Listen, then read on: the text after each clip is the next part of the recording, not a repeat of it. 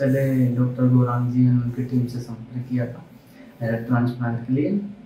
Then फिर मेरा hair transplant हुआ, तो ये मेरा रिजल्ट है।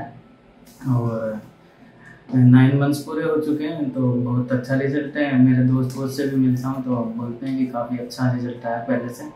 मैं बहुत थैंक यू बोलना चाहूँगा डॉक्टर गौरांग जी को, राजीव जी को एंड पूरी टीम को। Thank you so much.